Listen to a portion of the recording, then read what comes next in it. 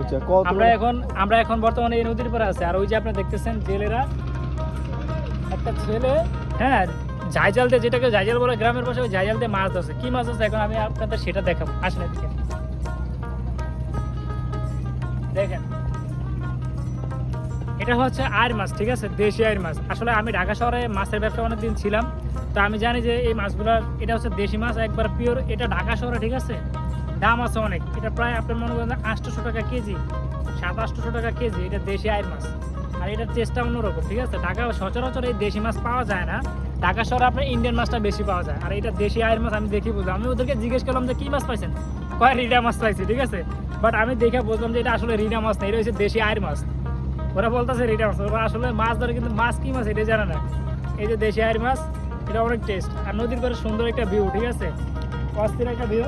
আর দেখি দাম দর করে কিন্তু ওদের কাছ থেকে এই মাছটা কিনতে পারি কিনা, ঠিক আছে। আপনার মতো সাথে থাকবেন। এবারে এই যে আরেকটা যদি আমি দেখাই, এই যে এটা কি মাছ বলতে পারেন? এটা কিন্তু বাসা মাছ, ঠিক আছে। আবার অনেকে পাঙ্গাসে ছাউটা করে নেয়, এটা কিন্তু অনেক স্বাদ।